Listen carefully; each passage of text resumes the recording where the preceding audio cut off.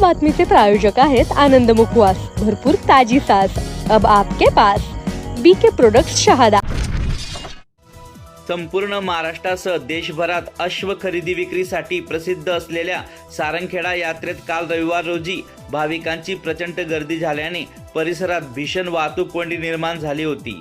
यात्रेसाठी आलेल्या हजारो वाहनांमुळे प्रमुख रस्त्यांवर मैलोनमैल लांब ट्रॅफिक जाम लागला होता। त्यामुळे वाहन चालक व भाविकांना अनेक तास ट्रॅफिक जाममध्ये अडकून पडावे लागले।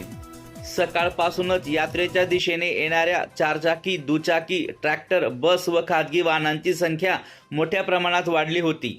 पार्किंग योग्य नियोजन नसणे, पर्यायी मार्गाची प्रभावी अंमलबजावणी न करणे तसेच वाहतूक नियंत्रणासाठी पुरेसा बंदोबस्त नसल्याने परिस्थिती अधिकच बिकट झाली होती।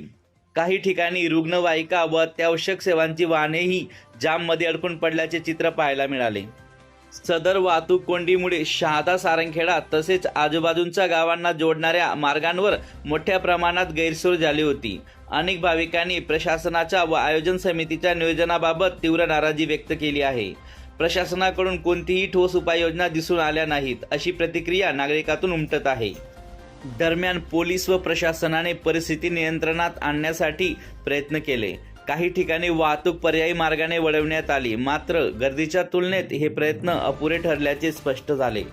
भविष्यात अशा मोठ्या यात्रांसाठी पूर्वनियोजन, स्वतंत्र पार्किंग व्यवस्था, स्पष्ट दिशादर्शक फलक आणि अधिक प्रभावी वाहतूक व्यवस्थापन आवश्यक असल्याची जोरदार मागणी नागरिक व वाहन चालकांकडून करण्यात आली आहे। न्यूज 19 नेशनसाठी ब्युरो रिपोर्ट, शहादा। महाराष्ट्रातील व आपल्या आजूबाजूच्या परिसरातील नवनवीन बातम्या व घडामोडी पाहण्यासाठी आपल्या न्यूज 19 नेशन चॅनलला सबस्क्राईब, लाईक, कमेंट करा आणि शेअर करायला विसरू नका।